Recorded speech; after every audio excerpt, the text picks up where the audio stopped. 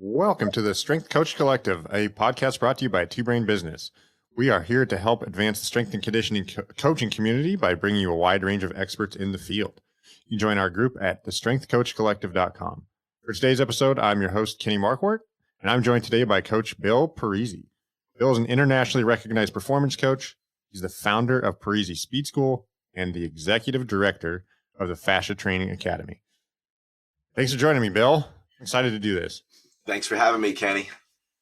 So as we were just chatting here before we got started, I'm changing this up. I wanted to talk to you about youth training, but over the weekend I picked up your Fascia training books and figured we had to talk about this because I'd like to consider myself pretty well read and educated, and this was kind of a new concept to me, it was new information, and I feel like a lot of times in this industry it's really a lot of rebaked stuff, and this was exciting and interesting to read. So could you kind of give our listeners an intro to the topic and get us started?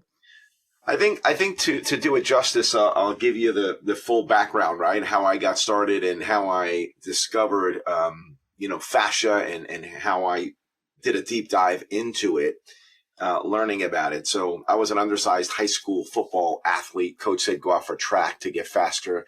I did that. My track coach was smart enough to have us try all the events. I took a liking to the javelin throw. I was pretty good at it. I wound up being a top 10 thrower in the country by my senior year. This is 1985, so we're talking many, many years ago, right? And I really, excelled to compete at the Division I level. But my senior year in high school, I was invited to a national meet, Junior Olympics, and the top two place finishers, made the U.S. Junior Olympic team. And I was in second place up until the last thrower of the meet. And I got beat on the last throw of the meet by the last thrower by 2 inches. I was devastated. And I said, I'm never going to let that happen again. So I went on this quest to learn everything about human performance that you could, and went on to compete in college. Now, I'm a 5'10" North Jersey Italian, right? We're not supposed to throw the javelins too far, right? High-level javelin throwers are 6'5" Norwegians, Swedes, Finns, right? Germans, right? Those are high-level javelin throwers. But I literally traveled the world when I was an undergraduate athlete. I went to Finland in 1989 and trained and learned from the greatest athletes in the world to eventually become a Division I All-American, a two-time Division I All-American, through far enough to be pretty good. But I got this 5'10" North Jersey Italian body to do some dynamic, explosive things. To throw the javelin far, if you're short, you got to run down the runway really fast and use your strength and power and flexibility. So that's why javelin's used in a lot of biomechanics books. It involves a lot of athleticism. So throwing involves a lot of athleticism. Mm-hmm. So I learned a lot of things over those years from as a training athlete. Now, I didn't know back in the 80s I was using my fascia system. I know now. I didn't learn this until about 10 years ago, or really unpacking it about 7-8 years ago. But now we wrote a couple books on it. So that was my entry point into training and into not just weightlifting, but becoming more athletic. So I parlayed that athletic career right into training young athletes. When I graduated college, I moved to Florida, was a GA at the University of Florida, Gainesville, for Coach Spurrier and the track teams down there and the football team. Then moved back home in 1992, got a $500 van. I was driving around, $50,000 in debt in North Jersey in 92, willing to help athletes train to get faster. And coaches thought I was a charlatan. You can't improve speed. I mean, what are you talking about? So it took a lot to get people to change their paradigm about training young athletes. And in 93, opened our first facility, a 3,000 square foot, multi-purpose kind of athletic gym, just kind of like what you see today. This was 93. Yeah. And by 1997, believe it or not, we generated $987,000 in 1997 in 3,500 square feet. Wow. Which was incredible. And then we grew that into a second facility, a 17,000 square foot facility. We opened a second that ramped up to $2.5 million, a third facility in 2000, it ramped up to $3 million. And then, we opened a fourth. And then by 2010, we started, affiliate programs. Now, I'm excited to say that those facilities I just talked about are still in existence today and still very successful 25, 30 years later. And I invite anyone in the world to come out and check us out and check out these facilities, how we were able to sustain this type of business for so long. Yeah. And now we developed an affiliate model that we actually offer the insights to running this business and really focusing on athletic training, not just youth athletic training, but overall athletic training and injury resiliency. This led me into fascia, this whole concept. Now, I only discovered this about 10 years ago because I have two boys. And what's interesting, when I started my business, I was 25 years old, right? 24 years old. I wasn't thinking about kids and whatnot. Some woman said, hey, name your business Parisi, Parisi Speed School.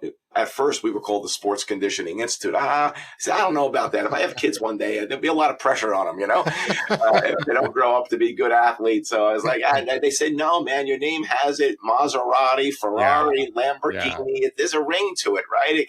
So I went with it, started the program. We've trained over 1 million athletes. We have 120 affiliates around the world. And it's been a very successful training model. But anyway, I have two boys. They're older now. I have a senior in college and a sophomore in college. But when my older boy said to me, he wants to play basketball, and he played at a pretty good level as a youth. He played on an AAU team, an EYBL AAU team, a Nike sponsored team, which is pretty high level basketball. For that age, he made it. He was a good shooter, so he made this high level team. This was over 10 years ago, about 10 years ago. And I went to this AAU tournament, and you go to these tournaments, and they're typically in like convention centers where they have 30 basketball courts set up. And I've never been a basketball guy. We never trained a lot of basketball athletes, back in the day. And this was kind of new to me. I'm learning these different guys. Trained a lot of football, soccer, lacrosse, baseball. So I go to this tournament, and I've never been exposed to an assembly of athleticism, of young athletes of 14, 15, 16 years old, all in one place, dunking at will, getting down the court in like 6 strides. I've never seen, this type of just dynamics in their systems that I noticed that none of them were carrying a lot of muscle tissue around. Sure. I saw all this incredible athleticism, all these kids that a lot of them could be Division I football players immediately. And not all of them will be Division I basketball players. To play Division I basketball, you got to be really, really special athletically. I mean, tremendous. Now, my son went on to play Division III basketball, and he was a COVID kid. So actually, that was a pretty good accomplishment for him, being 5'10".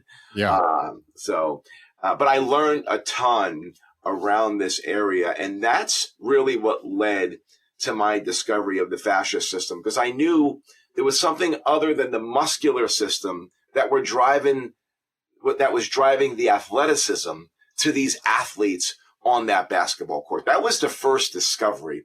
And then I unpacked it more by doing research and meeting up with different coaches, and just, doing a deep dive. I actually worked my way into the Fascia Research Society, which are the top, researchers in the world. There's a society that was developed in 2006 or founded in 2006, a nonprofit and they have a big congress every 3 years where all the research comes together. I was actually on the board of directors of that society for 3 years. I was the treasurer and got to meet a ton of the researchers over the last three years. So that's what led to the writing of the books and my deep dive, really interviewing the top researchers and the top coaches that truly understand this system that is really responsible for our injury resiliency and responsible for more of our athleticism than we think. So I'm going to pause. I'm going to pause there because there was a lot. That was great. Yeah, thanks. I want to say that. So the 2 inches that you were short in your javelin throw, like launched this massive, like that's what I took from that whole thing is like you decided I'm never going to fall short again. And so you just went pedal to the metal. I'm going to be the best, travel the world, learn everything, and launch this academy, which has been sustained for how long now? Like the math is 33 years we've been driving, and we're at an all-time high now, just adding new affiliates and unpacking science. I mean, we're doing a big educational, we just have the Anatomy of Speed course, the Fascia course we're releasing, and now we're releasing a course on velocity based training with implements such as kettlebells and other things with some of the top researchers like Brian Mann and Output Sports, which is another, just we have a lot of tremendous partnerships. Yeah, but that's, I mean, for an industry that can be a bit trendy, maybe not a bit, very trendy, to be at the forefront for as long as you have, like really, like there's obviously a lot of intention there, a lot of drive, and a lot of meaningfulness to try and stay at the front. So that's very impressive to me. So, yeah. What I'll say to that in the audience, like you can never stop attacking. Yeah. Right? Never stop attacking. I mean, people that say they know it all or they got it all, man, there's more that we don't know than we do know about the human body. We're discovering more and more every day. And I'm not saying you should change your philosophy or change your approach. I haven't changed my philosophy in 30 years. I've changed different aspects of my approach when I discover new aspects of training, new systems and how they develop. But and it makes it fun. So we've been on that forefront, and I've developed a good network to be able to really pick up the phone and connect with almost anyone in the world to learn things. And what's great, all these people are willing to collaborate. Yeah. So yeah, it's almost like a martial arts kind of community where everybody's just excited to go, somebody else's gym and be exposed to something new. And it doesn't mean like you said, it doesn't mean they change everything, but the exposure it just gets a little bit of a different seasoning to the recipe. So that's cool. Can we go back to the basketball tournament? That was something I picked up in the book for sure. That was kind of the turning point for you. Like it sounds like what were your takeaways? What were your observations? That I mean, in terms like specifically. Yeah. I mean, I just noticed that these kids that had tremendous athleticism didn't have a lot of muscle on them. They just, their muscle volume on their skeletal system was not a lot. And I said, there has to be another driver. And then ultimately I realized it was collagen, and it was the tendons and the fascia and the free energy that's created from this network that was driving them. And everybody is different, right? Everyone's makeup is different in terms of what kind of physique and what kind of body and what their athletic drivers are, right? So an example, I like to create this analogy of, a football linebacker is more like a linebacker and tight end, and fullback are more like rhinos, right? Running backs and receivers, certain running backs, but receivers and cornerbacks, defensive backs are more like cheetahs.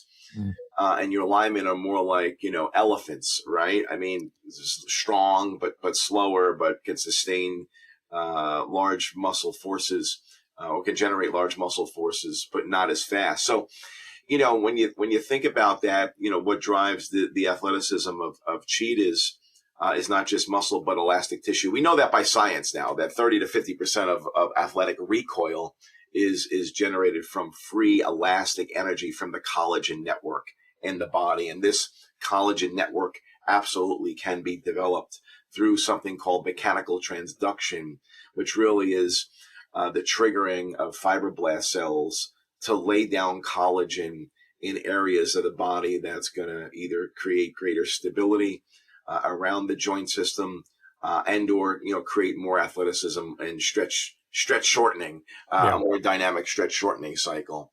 My colleague or a top researcher, Robert Schleip from Germany, one of the top 3 researchers in the world on fascia. Germany's way ahead Italy with the Stuccos in terms of their research on this connective tissue system, which is for the most part, a non-living system. Collagen, hair, nails, skin.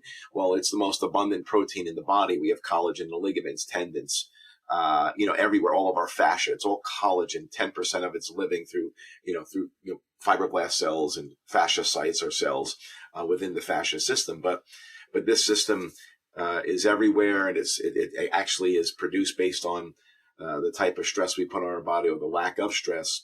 Robert Schleip did an ultrasound analysis on Thomas Roller's right pec. Thomas Roller won the gold medal in the javelin throw in 2016, and obviously was a high-level thrower. He did an analysis of his right pec with an ultrasound, and he identified a 4 millimeter aponeurosis, which was basically a patch of fascia. It's kind of like almost like your plantar fascia underneath your foot. It was like kind of like that across his right pec. Okay, yeah. Nothing across, I should say not nothing, but a 0.5 millimeter across his left pec. So the body actually created this elastic rubber band, non-living collagen network across his right pec, like almost like an upper body Achilles tendon, based on the constant loading of that tissue. So it wasn't just developing a neuromuscular skill of throwing a javelin and recruiting motor units. It also, the body developed this collagen rubber band network. And now we know this is true everywhere in the body. That's the difference between farm boy strength and weight room strength. Someone who grows up on the farm compared to someone that's lifting a lot of weights. If there was a wrestling match, I would probably bet on the farm boy. Yeah. Because they have omnidirectional strengths. They move, they load the system with the muscles at length away from the center of mass, which puts a different stress on the system. And really, it's the catalyst to mechanical transduction, which is the firing or the activation of fibroblast cells within the body. These are cells that are like little slugs that, crawl around the body that literally cast webs of collagen like a spider would cast spider webs. And they do that based on the types of stresses we put on our body. And farm boys have a stronger collagen network. It's like having an internal wetsuit, no different than why a bench press athlete would wear a bench press shirt. What does that do? Creates a lot of stability and free energy in the bench press. Well, we can develop that underneath our skin if we train a certain way. And that's what the Parisi Speed School, it's what we teach, what we've been teaching for a very long time. We didn't realize the science behind it until recently. So, honestly, a lot of the things we teach in the Parisi Speed School, a lot of our training is for youth athletes, but it's universal for anyone that wants to be more athletic. All of our movement literacy drills and all of our movement progressions and movement training, addresses the connective tissue and fascia system to develop that athleticism. Yeah, I can't wait to get into that. I would like to take a pause and try and explain the fascia system. So when it's been 15 years since I sat for my CSCS, so I had to really kind of dig back deep and remember the muscle structure and how that all functioned. Yep. Could you kind of dig into that for a second? And then I can't wait to get into the training methods and farm boy strength stuff. Yeah. I mean, let's start down to the most basics, right? The human, cell, right? So the cell is like a water balloon, for a lack of better words, and inside that water balloon is your mitochondria, your cytoplasm, and you have, all the elements of the cell, water, right? Minerals, all these things in the cell. But what holds it together is basically like a water balloon that holds the cell together. And that water balloon is the endomyosin, right? I mean, it's a wrapping of collagen network. So that's one living cell. It's wrapped in fascia, and it's called the endomyosin. That's non-negotiable, right? Yep. But then you got a couple thousand of these cells or so wrapped in another water balloon, and that's called the perimyosin. So you got another group of cells wrapped in quote unquote fascia, known as the perimyosin. And then you got the entire muscle, like the hamstring or the bicep or the, quad, whatever it may be. That's the epimyosin. So we have these wrappings of fascia. Now, sometimes these wrappings get stuck and there's myofascial release and all these things we've been talking about. But there's also other layers of fascia. There's fascia that wraps the entire body in one big fascia balloon, right? And then we have these fascia lines that get created based on how we train this system. Muscle without fascia is chopped meat. Muscle without fascia is pulled pork. your body would be one big blob. Fascia gives us our form. And we used to think it was an innate packing material. That's what doctors and medical professionals, anatomists thought for 500 plus years, up until about 20, 30 years ago. This thing started to gain a lot of traction, where we now discovered this system that's everywhere in our body, the most abundant protein, the largest sensory organ in the body. Let me say that again. Scientifically proven now to be the largest sensory organ in the body, because now with the ultrasound equipment, we've identified that fascia has 6 to 8 times more, it's up to 8 times, I believe, more the proprioceptors than muscle.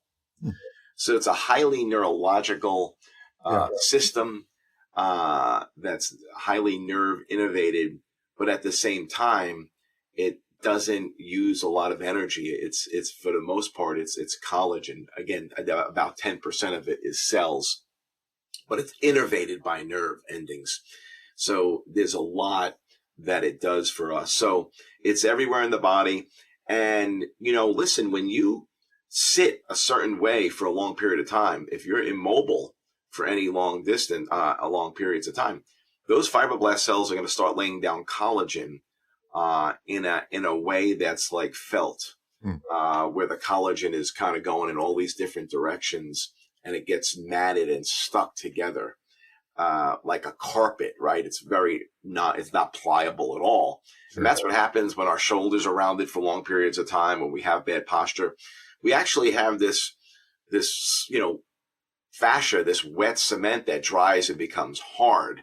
And we tend to get injured if we do repetitive patterns in the weight room, if we live in the sagittal plane, and we're constantly doing sagittal plane acting, which most people do. I believe 50% of all athletic injury are incubated in the weight room to overtraining the sagittal plane. And then when we try to rotate or try to do different things, I mean, there's a lot of science that prove that. I mean, I work closely. I work with Stuart McGill and all his, unpacked a lot of his research, and he's been great for the industry. And so just not understanding the concepts of fascia and how it's developed, but these things that we do are very much avoidable, and you got to train in the omnidirectional plane, and you got to use some maximal loads with the muscles at length away from the center of mass, and that's going to trigger this mechanical transduction, which is going to help create this internal wetsuit. So there's a way to do it. And it's not a lot of weight. It's like, think of if you went to the farm and did chores, think about how your body moves under load,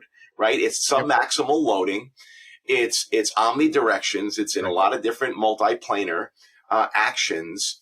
And it's typically away from the center of mass. When we squat, the bar is near the center of mass, right? When we deadlift, I mean, everything is kind of tight to the center of mass.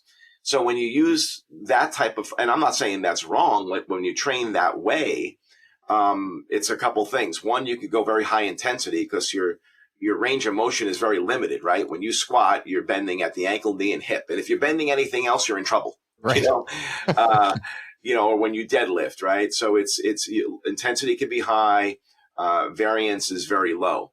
This type of training, the variance is very high, and the intensity is low. So it's omnidirectional, submaximal loading. It's low intensity, but in multiplanar.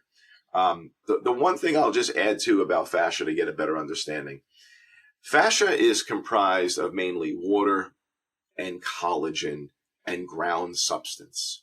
These three things that make up this clear kind of saran wrap type tissue that's everywhere in our body. So think of saran wrap. Yeah. If you take saran wrap and you take the ends and you roll it over like an inch, you make it an inch wide, keep rolling it. You roll that up, that becomes pretty strong. Yeah. Like that, you imagine you roll it. That's a tendon or a ligament. It's the same collagen, right? But it's tight down. But saran wrap, there's different layers, right? I mean, and what that's comprised of is water, collagen, and ground substance. So we know water, collagen is a protein, typically it's type 1 collagen protein. And ground substance is basically proteoglycans, glycosaminoglycans, polymers. They're just basically polymers, like, plastic polymers, right? Plastic can change form with heat, right? It can become soft and gooey, but it can dry and become hard. These are basically polymers that make up ground substance. And the easiest way to understand this, and I like making things simple, and that's what we do at the Parisi Speed School. That's what we do with our affiliates. We take complex science and we make it really simple to make big change in people. And our biggest change is injury resiliency, is giving our people injury. There's so many people getting hurt in the gym today. And I can go on the limb and say 50% of all these injuries are based on not managing the fascia and connective tissue system correctly, without a doubt. And it's probably more than that. But think of wet cement. Yeah. Wet cement with rebar is fascia. The cement itself is the ground substance that has water in it, and the rebar is the collagen.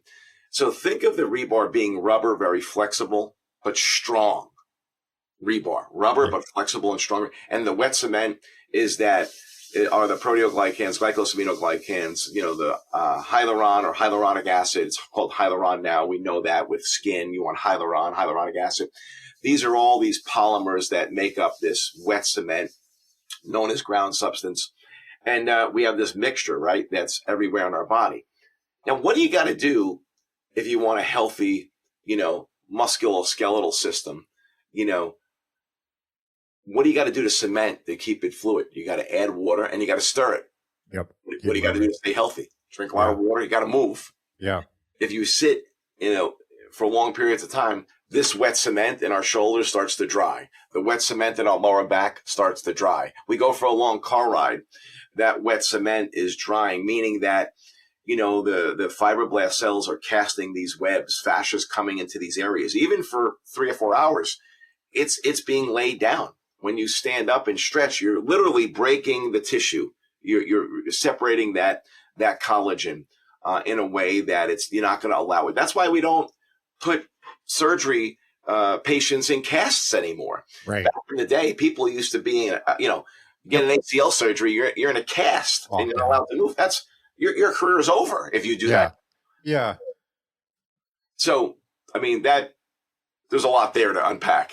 No, I love that analogy. I think it's one of the biggest takeaways, I think, from what I just heard you say and what I read was the just moving in rotation too. So I think we always think of like squat, bend, push, pulls, like a super common set of movement patterns that a lot of us train in, which is good. Like we're still moving in a better way than we probably were 30 years ago in the gym.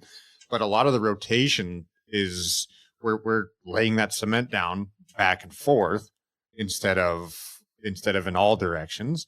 And again, in terms of training and application and injury prevention, I think we've tried to evolve in that way, but we are not, like when I watch athletics, it's not forward and back. And even if we're moving side to side, there's a lot more going on. And when people get put in those compromised positions, that's when the injuries tend to occur. So that's what I'm hearing from you is maybe some more rotation. But it's not just rotations, but it's knowing how to not only isolate muscle groups in a way that's done 3-dimensionally and utilizing ground reaction forces in a way that our body is meant to perform and function in a safe, productive way. And what we've identified, all the things we do with our young athletes, because we train kids as young as 8, right? Yeah. If we're training 8, 9, 10-year-olds, we can absolutely train 20, 30, 40, 50-year-olds. Sure. Right? So a lot of more dried cement, but yeah. a little more dried cement. But a lot of our training is universal, and that's what we discovered. Our active dynamic warm up, and we've had just incredible results with people doing our routines because they're fascia driven. That got out of pain, that are able to reach new heights in their athleticism at 40 and 50 and in, different types of events, whether it be CrossFit events or whether it be just golf or what have you, because this fascia system is all connected, and knowing how to manage it, knowing how to train it, knowing how to warm it up, knowing how to strengthen it relates to all movement in all sports. That was the big breakthrough. And, someone that has done this better than anyone is Patrick Mahomes, right? We're running a big fascia training summit in April in Phoenix, April 4th and 5th, in conjunction with Perform Better and actually, we have the keynote, is going to be, another, anyone else but your founder. Oh. Yeah. Chris Yeah. Cooper. Awesome. Chris is going to be one of our keynotes, at this Fascia Summit. So anyway, Bobby Stroop, who's been training Patrick Mahomes since he was 9 years old, is also one of our presenters at this event. And he's dialed in his fascia system since 9. That's why he can create spine power and throw a football with zip with his body in a horizontal position, feet off the ground. Totally. Yeah. The feet off the ground thing is the big, like that's right. Okay. Sorry. Yeah. Go ahead. My son's a huge Patrick Mahomes fan. I think all 11-year-olds are. Yeah. So I've watched a lot of his, his performances. So you know what I'm saying? So that's called, yeah. That's called spine power. And let me explain this, because here's the misconception. When both of my sons are athletes. My oldest son's a senior playing college basketball. My younger son is a Division I football player, plays for Delaware. I train them. So thank God, knock on wood, it worked out. Right. They have a dad with slow genes that wasn't that fast. I was a lineman in high school, right? I played line and linebacker. So, they went through the training program. So it does work. I got 2 college athletes that had great careers with Don Bosco, a nationally ranked high school, played football and basketball. My younger guy plays football. Long story short, we just lifted yesterday. We did 385 on deadlifts. He's a receiver. It's 180 pounds, right? Yeah. So don't get me wrong. We lift heavy. Yeah, right? sure. We lift heavy, but it's managed. It's low volume. We do it in a way. But here's the thing I want people to understand. When you lift heavy, like a squat or a deadlift, you're putting a lot of spine compression, right, through your body. A lot of compression forces, and that spine needs to be strong, right? You need to be strong around the core. So what happens, the spine, I don't know. Oh, I have this. Can you see me? Is this Yep. A podcast that for our listeners? Yeah, there's quite a bit of implements and fun looking stuff back there as far as models and So obviously the spine, right? You have this collagen called the annulus fibrosus, which is between each vertebrae. And this is a collagen, type 1 collagen for the most part, that inside of that collagen network, that protective collagen annulus fibrosus, is the nucleus pulposus, which is the jelly. These are like shock absorbers, right? Yep. So when you compress the spine with heavy load, I'm not saying that's bad. Actually, it's healthy, but you got to be careful, because if you do a lot of it, this starts to get really, really strong. And I should say to a point where it becomes more like a log. And these things have are less ability to rotate. Sure. So if you lift heavy, if you're a power lifter and you have that power lifter go try to play golf, they're going to rotate and they're going to create what we call a delamination of the annulus fibrosus. And you're going to get a disc bulge, and that's majority of injuries. Heavy loading of the spine, axial loading with lots of rotation is an injury risk. Yeah. So you have to manage, because you're triggering mechanical transduction for the collagen network to make that spine and that collagen more like a log, make it really strong, where we need our spine. If you're an athlete, now it depends who you are. If you're a power lifter, that's fine. But don't go try to play basketball or rotate, because you're probably going to get hurt. When Tiger Woods was doing a lot of axial loading, he's a rotating athlete. His spine needs to be more like a wire, not like a log. So how we train and how we trigger the collagen is really, really important. So I heavy load, my athletes. I just got done training 3 athletes. They were home for winter break at the University of Oklahoma safety, a Yale receiver who's, 6'5", and my son was a receiver at University of Delaware. So how we're training them, obviously we need to be strong, but at the same time, we need to be able to have, the tissues be adaptable. And no one has done that better than Bobby with Patrick over the years, because he's strong. I mean, he can deadlift, 500-600 pounds in the trap bar. Yeah. Yeah, but that's great. I mean, even as a cueing, I think a lot of coaches, we talk about having, your spine be a rod, and it should have no flex, which is great. That's a good cue, but we're making that thing adapt to move forward and backwards, and the rotation gets it compromised. Yeah. Yeah. Listen, if you're heavy squatting and you're doing that a lot, now now all of a sudden you're going to start to do heavy med ball throwing. Sure. You got to be careful. And Yeah. you can do both. Like Yes. I was a javelin thrower. I did both, but you got to understand how to let the tissues adapt, how to program it in. And that's really what we do. And I'm realizing how universal this is. This is not just, your college athlete. This is everyone. Yeah. Well, so I live in North Idaho and we do a lot of snow shoveling, as I'm sure you guys do in Jersey. Yep. But that's when people get hurt, and they can be really resilient and have built a really good base in the gym. But as soon as they start to rotate and do the farm boy type strength stuff is when things can go wrong. And the heavy gym lifting very much could have added to that, because that collagen, it's not pliable around the spine. Sure. It doesn't have, it's more like dry cement than wet cement. Because and that's what overuse injuries are. Right. Like if you are doing the same patterns over and over, that collagen is getting stronger and stronger in that one pattern. Right. So now you change the pattern of that collagen, it doesn't have that directional strength. Yeah. And then it's gonna delaminate. They say delaminate or tear. Yeah, the log doesn't rotate, right? Like that's, again, I love the analogies. This helps me conceptualize it better. Yes, a wire can though. Now a wire can go back, and if you want to be athletic, you want a strong wire. Now if you're a power lifter and that's your sport, great. Just know that you're not going to be, healthy playing golf. It's hyper specific. Yeah, for sure. Yeah, cool. That's very cool. So in application wise, what do we do about this in a conventional gym who is doing the squat, bend, push, pull? We do, again, progressive for what was happening 20 or 30 years ago, but now we need to move on and to evolve a bit. What do we do? Yeah, I would say, if you've been doing a lot of weight training, heavy weight training, traditional sagittal plane training, I'm not saying stop that. I would say let's cut that down to maybe twice a week or once a week for different body parts. Upper body's a little bit different. I mean, you can hit it twice a week, but I'm talking more lower body related stuff, cutting that down to like more once a week, and then doing more athletic type moves and starting with body weight, starting with just body weight exercises and utilizing ground reaction forces. And I'm not saying doing crazy plyometrics. I'm saying using your body. We have a whole active dynamic warm up, which is really a workout for most people. Our warm up can be up to an hour long, which actually is a workout. But it's so robust, and it encompasses so many elements, and it creates tremendous athleticism.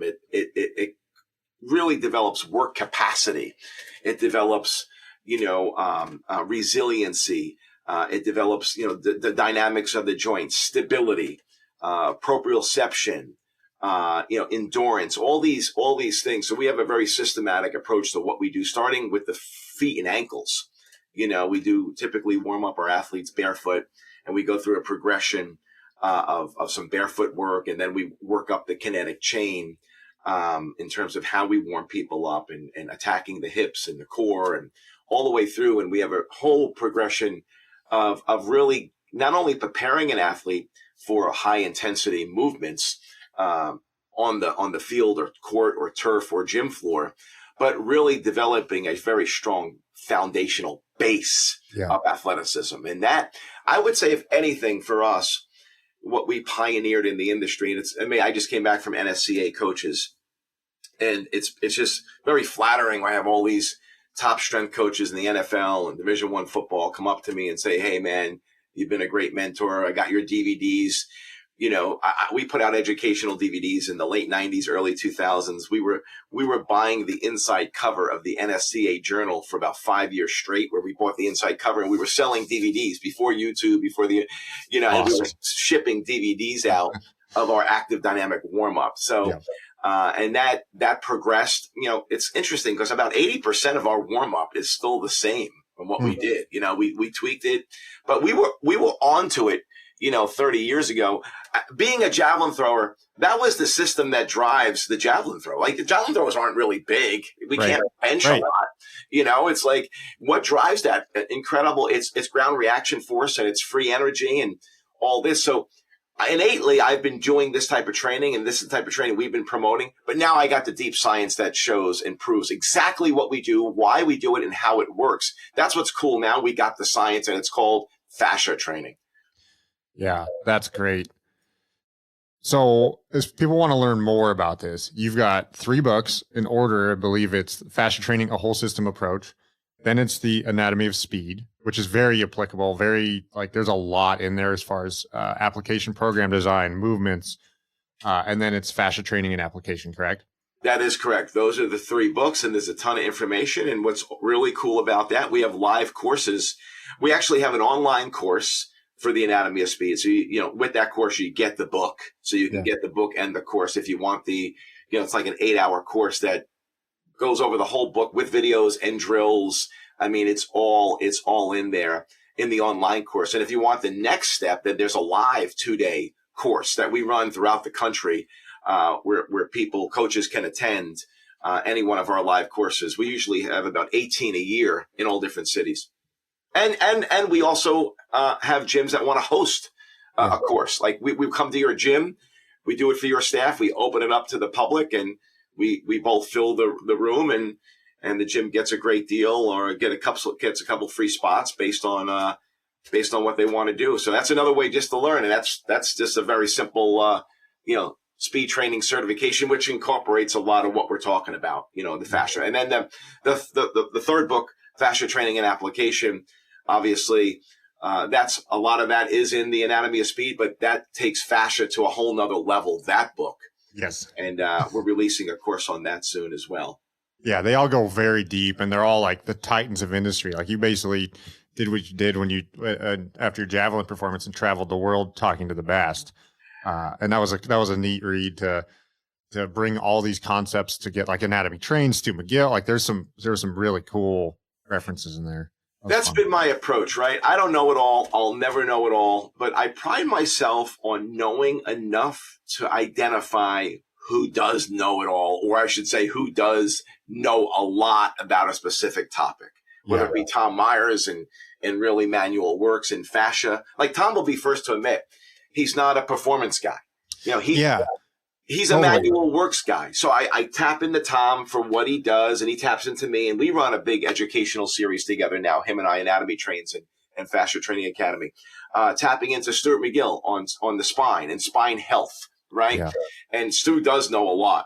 Yes. And then other guys, like a Dan Path and just different high-level coaches that I've built relationships with that I'm able to just learn from and take pieces out and put it into an educational platform that makes sense for the everyday coach. I pride myself on, I've taken bank tellers, house painters, and turned them into super high level coaches where these guys are coaching NFL combine athletes to run 4.4s and 4.3s. Yeah. So, I mean, guys that didn't have a long, strong background and this, but we taught them how to be high level coaches.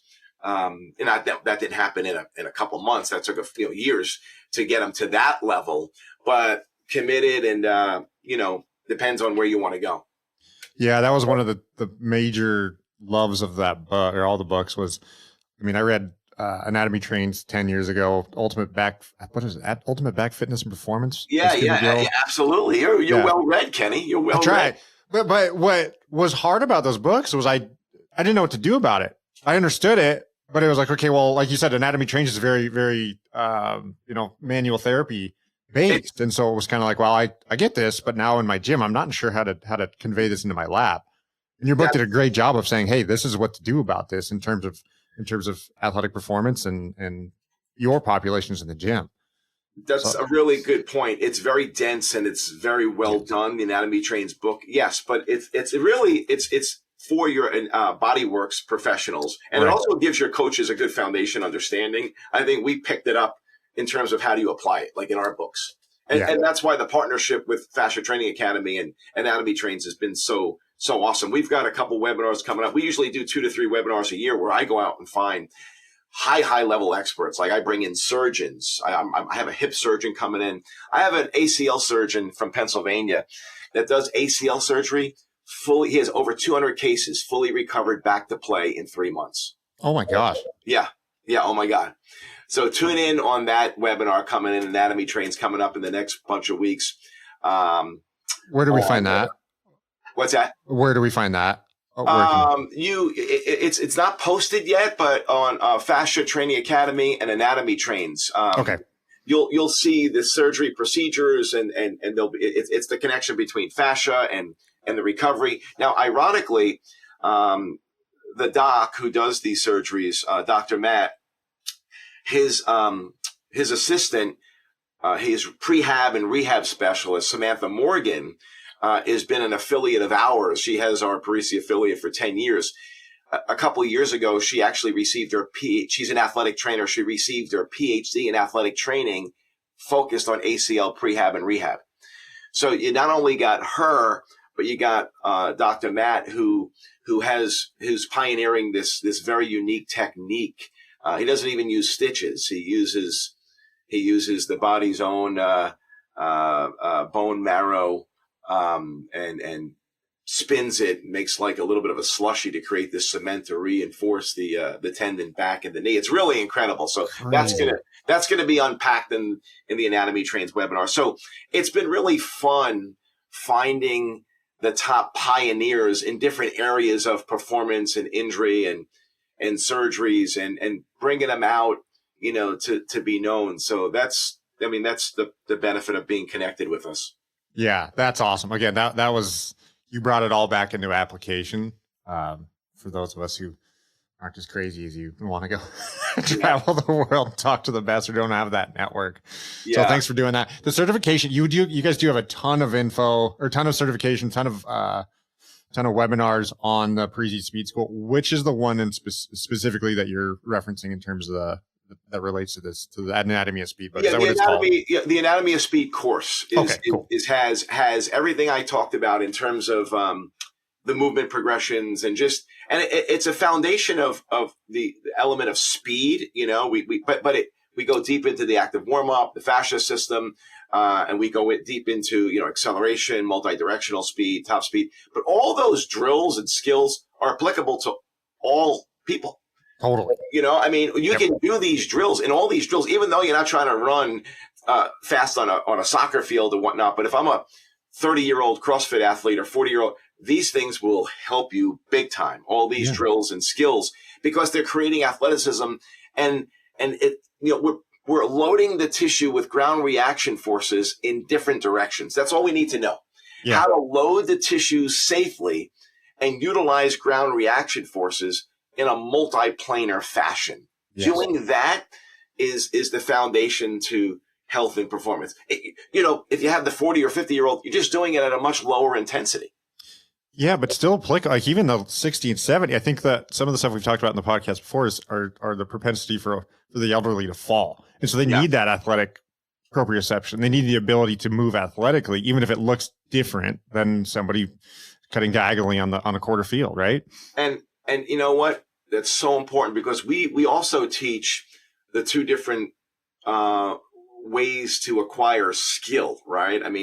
The one way is the top-down approach, a cognitive approach, where we have an internal cueing system, arms at 90 degrees, or, keep your ankles stiff and, brace your core.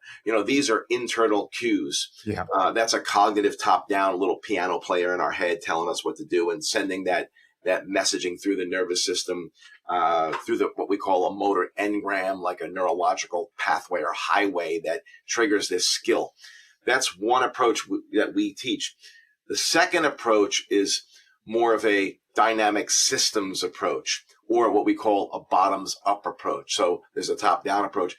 Bottoms up approach is you don't think about anything. You use constraints and the environment and restrictions to let the body self-organize, because the body is more like a plant than a machine. We go over this pretty big time in fascia as well, but your body, we think of the body as a machine. That's not how you build a resilient athletic body. The body is more like plants. They grew trees in greenhouses many years ago in Arizona in this big experiment. And these trees grew really fast and really tall in these greenhouses, very controlled environment, controlled water, controlled light and temperature, all this stuff. Grew really fast, fairly healthy. But after they got to about 30 feet, they tipped over because there was no stress wood built into the tree. Wind creates stress wood. So unpredictable stresses is so important. So that's this bottoms up approach or dynamic systems approach where training, when we train our multi-directional speed, we break it down into deceleration training, because the ability to decelerate is everything. I mean, I never would get in a car without brakes or go on an airplane if the pilot didn't know how to land, right? It's all about slowing down. So you need to teach people how to decelerate. You need to teach people how to absorb force. Those are skills. Those are drills. That's part of our program.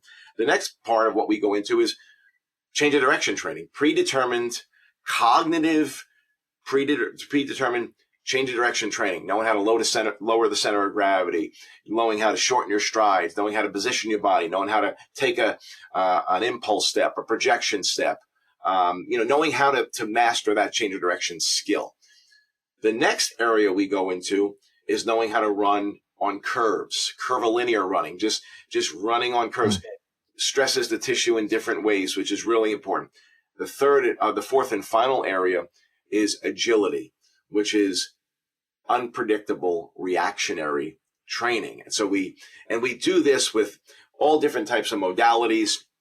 So our multi-directional speed component has 4 training areas of focus, and as does our linear speed, where we have pure acceleration, transitional acceleration, and then we have our maximum velocity training. So we have obviously 3 areas in our linear progression of training of speed, and then we have 4 areas of our multi-directional speed. But the point I'm making, all these areas of training, these 7 areas of focus, and then we have strength training for speed, but they all relate to all athletes and all people. But because if you bring down the intensities of this type of training, it's going to make people more athletic, safer, more resilient.